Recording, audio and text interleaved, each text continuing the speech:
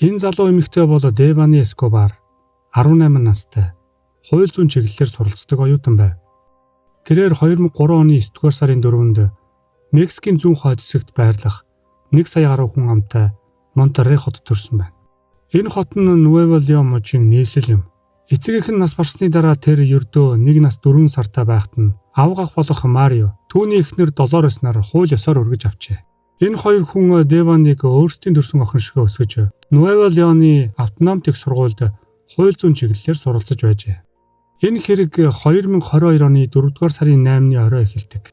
Тухайн үед 18 настай байсан Девани найз охид болох Иван Сарай хоёрын хамт Эскобедо дүүрэгт болсон нэгэн үдшилтэд оролцохоор гарчээ. Энэ орой залуу бүсгийн амьдралын сүүлчийн мөчөд болно гэж хинч төсөөлөөгүй бөгөөд дараа нь түүнийг олохын тулд олон хоногийн турш бүгд санаа зовж эрэл хайгуул хийсэн юм. Оройн 23 цаг 20 минут орчимд 3 охин нэгэн дэлгүүрт орж буйн хяналтын камерт бичигдсэн байдаг. Тэд нэг шил арх худалдан авсан байна. Девани хар өмд цагаан цамц амны хаалт зүүсэн байв. Тухайн үеийн ковидын цар тахлын үе байсан тул энэ нь ингэх шаардлагатай байсан гэсэн үг. Гэвч үүний дараа уур амьсгал муудаж байдал улам ойлгомжгүй болж эхэлдэг. Худалдан авалтын дараа тэд ойролцоо үлдэж архийг нэг найзынх нь гэрт уусан байна. Дараа нь Девани дуудлагын такси захиалжээ. Шөнийн 00 цаг 49 минутад Хуан гэх нэртэй жолооч 2018 оны цагаан өнгийн Kia автомашинтай ирж 3 охиныг Монтеррей хотын захад орших нэгэн шөнийн клуб хөргөж өгсөн байна. Тэр үед шөнийн 1 цаг болж байв.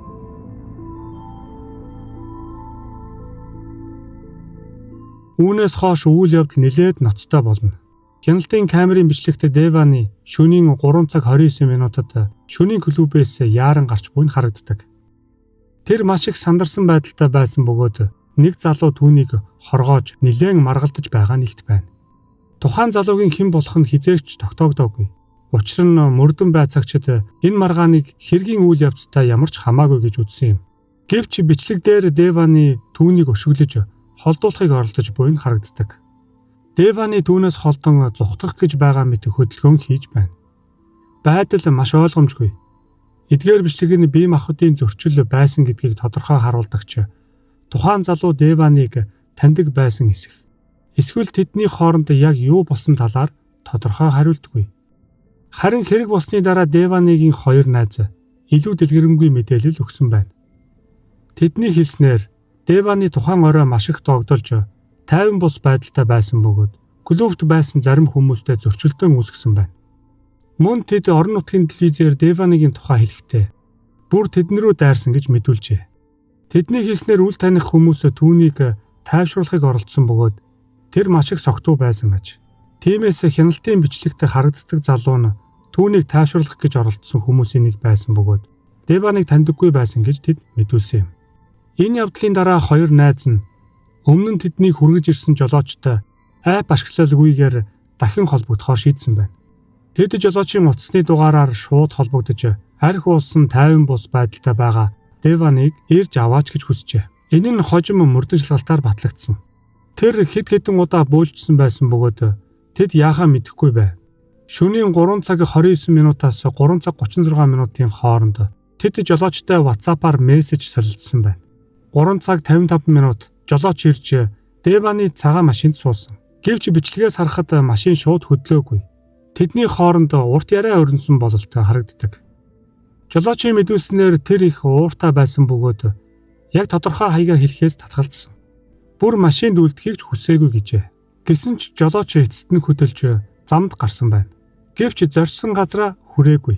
Учир нь өглөөний 4 цаг 25 минутад Деванийг Carretera de Laredo буюу Үхлийн зам хэмээн нэрлэгддэг хурдны зам дээр буулгажээ.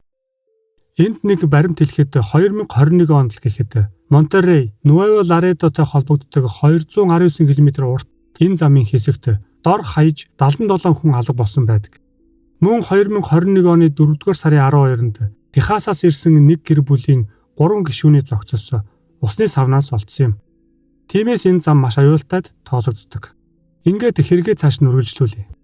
Девани яагаад машинаас буусан шалтгааныг яг мэдэх боломжгүй. Жолоочийн хэлснээр бол тэр өөрийн хүсэлтээр машинаас бууж ганцаараа зам дугуй явсан бөгөөд жолооч түүнийг буулгасны дараа энэ зургийг авсан байна. Зураг дээр эмэгтэй шөнийн харанх үед замын хажууд хөдөлгөөнгөө зогсож харагдана. Жолооч энэ зургийг WhatsApp-аар 2 найз руу нэлгээж түүнийг замын хажууд буулгасан нь түүний өөрийнх нь хүсэлт байсан гэдгийг батлахыг хүсжээ. Үүний дараа 2 найз нь жолоочтой байдал ямар байгаа талаар хэд хэдэн мессеж солилцсон байна. Тэд Деваныгийн аав руу 5 удаа залгасан ч хариу аваагүй. Ээжтэй нь холбоо барих дугаарыг мэдэхгүй байсан тул яхасаа мэдэхгүй байсан гэж мэдүүлжээ. Үүний дараа дахин хяналтын камерууд Деваныгийн сүүлчийн мөчийг дахин бичиж авсан байна. Деваны Alcosa компани өмнө ирж буйн харагдана. Тэр 2 гараа солбиж хомсон байдалтайгаар хаалганд ойртож, хонх дарж хэсэг хүлээсний дараа хинч нээгээгүй бололтой буцаад явж байна. Энэ бичлэгээс харахад тэр тусламж ирж байсан мэт сэтгэл төрдөг. Удалгүй өглөөний 4 цаг 33 минут өөр нэг хяналтын камер түүнийг Nueva Castilla нэртэй мотелийн хашаан дотор бичиж авсан байдаг. Тэр хурдан алхаж заримдаа гүйж байгаа мэт харагдана. Тэр нэгэн шилэн хаалганы өмнө зогсно. Тус хаалга нь цайны газрын үүдний хэсэг мэт харагддаг. Тэр дотгошоо харж үзсэн чи хаалга төвжээтэй байж. Дараа нь тэр буцаж яваад мотелийн хашааг хөндлөн гатлан алхасаар байна. Эдгээр бичлэгээс харахад тэр энэ орчинд нэлээд удаан хугацаанд байсаар байсан нь ойлгогддог. Хэдэн минутын дараа өөр бичлэгүүд дээр Деваны мотелийн техникийн бүс рүү нэг үгээр хэлбэл ус хадгалдаг төмөр савнуудын ойролцоо очиж буйн харагддаг. Эдгээр нь түүнийг харуулж буй хамгийн сүүлчийн мэдэгдэж буй бичлэгүүд юм. Энэ нь бүх дүрс бичлэг дээр түүнийг хэн нэгэн дагаж байгаа шинж огт харагддаггүй. Үүний дараа түүнтэй холбоотой ямар ч мэдээлэл дахин гарч ирээгүй. Тэр бүрэн алга болсон юм. 4-р сарын 10-ны өглөө эрх баригчид Деваны Эскобарыг албан ёсоор ирэн сурвалжилж ажиллагааг эхлүүлсэн байна. Эцэг эхт нь энэ тухай маш хурдан мэдэгдсэн. Тэд маш их санаа зовниж байв. Деваныгийн зурагтай ирэн сурвалжлах хуудсыг нийтэд тарааж түүний онцлог шинж тэмдгүүд болох шүдний аппарат сорив зэргийг дурдсан байна. 4-р сарын 11-ээс эхлэн Монтерей хотын орчимд 200 гаруй цагдаа хаагуул хийж харин Деваныгийн ойр дотны хүмүүс олон нийтийн анхаарлыг татахын тулд замын хажууд авсан тэр зургийг нийгмийн сүлжээгээр идэвхтэй түгээж хэлсэн байна. 13 өдрийн турш гэр бүл, сайн дурынхан, эрх баригчид орчныг нэгжсээр байв. Эрэл хайгуул үргэлжилсээр 4-р сарын 22-нд мотелийн орхигдсон нэгэн ус хадгалах савнаас цогцолжээ. Энэ нь Nueva Castilla мотелийн нутаг дэвсгэрт Деваныг хамгийн сүүлд камер бичиж авсан газруудаас хэдхэн метрийн зайд байв. Шинжилгээгээр уг цогцсон Деваны Эскобарын болох нь тогтоогдсон юм. Түүний гар утсыг мөн цагдаа нар олж наривчилсан шинжилгээнд оруулсан ч сэжигтэй SMS мөн WhatsApp-аар харилцсан зурвас илрээгүй байна. Хэдийнэ олон удаа шалгасан. Дээр нь сүүлчийн бичлэгүүдтэй маш ойрхон байсан энэ бүс нутагт цогцос яаж ийм удаан хугацаанд илрээгүй байж чадсан юм бол энэ хэрэг Мексик улсад эмэгтэйчүүдийн эсрэг үйлдэгдэж буй хүчирхийллийн цар хүрээг тод томрон харуулсан юм. 2015-аас 2024 оны хооронд Мексикт 29,000 эмэгтэй алагдсан бөгөөд эдгээр хэрэгүүдийн дөнгөж 28% нь л бодит мөрдөн шалгалтад хамрагдсан байна. Тус мужид эмэгтэйчүүдийн алга болох тохиолдол улсын дунджаас өндөр байдаг. Цогцос хэн болох нь тогтоогдсны дараа шүүх хэмнэлгийн шинжилгээнүүд эхэлсэн. Нийт 3 удаагийн задлан шинжилгээ хийгдсэн бөгөөд тэдгээр дүгнэлтүүд хоорондоо маш их зөрчилтэй байсан нь маргааныг улам дэврэгжээ. Nuevo León-ийн шүүх хэмнэлгийн задлан шинжилгээгээр Деваныгийн үхлийг осол гэж үзсэн. Тэдний тайлбараар бол Деваны устай савнд унах үедээ толгоогоо хүчтэй зогсны улмаас амь насаа алдсан ажээ. Гэвч гэр бүлийнхэн энэ хувилбарт огт итгээгүй. Тиймээс тэд 2 дахь шинжилгээ хийлгэхийг хүссэн байна. El País сонинд нийтлэгдсэн тайланд дурдсанаар Деваны усанд хаягдахаас өмнө хатуу мохоо зүйлээр толгоо руугаа хэд хэдэн удаа зохиулсан болохыг тогтоожээ. Өөрөөр хэлбэл алуулсан гэж дүгнсэн байна. Шанааны орчимд илэрсэн олон тооны хөхрөлтийг онцлсон бөгөөд эдгээр нь давтамжтай цохилтын шинжиж үзжээ. Түүнчлэн уг тайланд цогцос усанд хаягдахаас өмнө аль хэдийн нас барсан байсан гэж дүгнсэн. Гэр бүлийн захиалгаар хийсэн энэ 2 дахь задлан шинжилгээний дагуу залуу эмэгтэйг эхлээд нударгаар эсвэл бейсболын цохиураар зодож хөнөөсөн бөгөөд дараа нь хайсан байна. Гэхдээ энэхүү 2 дахь задлан шинжилгээний тайлан хожуу нийтлэгдсэн учраас эдгээр ноцтой зөрчил ил болсны дараа 3 дахь задлан шинжилгээ хийх шаардлага гарсан юм. Энэ удаад холбооны шүүхээс уг хэргийг дахин нээж шин задлан шинжилгээ хийх Деваныгийн цогцсыг ухаж гаргах шийдвэр гаргасан. Учир нь тухайн үед Деваныг аль хэдийн оршуулсан байсан юм. Ийхүү 2022 оны 7 дугаар сард шинэ задлан шинжилгээг хийжээ. 3 дахь шинжилгээний дүгнэлтэд Деваны Эскобар амьсгал боогдсны улмаас болж нас барсан байна. Мөн мэргэжилтэнгүүд живэлтийн ямар ч үлмөр илрээгүй. Амьсгалын замд ус байгаагүйг онцолсон байна.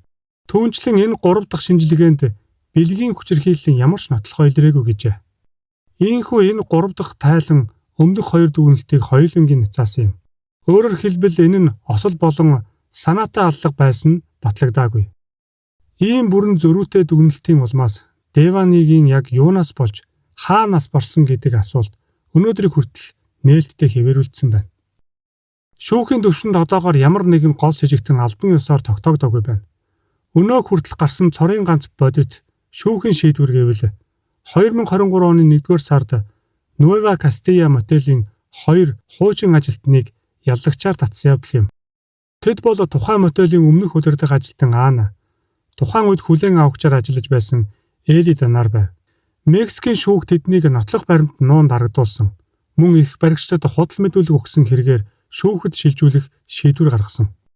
Учир нь энэ 2 эмэгтэй эхэндээ Деваныг мотелийн нутаг дэвсгэрт байгааг харуулсан ямар ч бичлэг байхгүй гэж мэдүүлсэн байна. Гэвч нэгжлэгийн явцад тэдний гар утас, компьютероос өмнө нь үзсэн хяналтын камерын бичлэгүүд илэрсэн байна.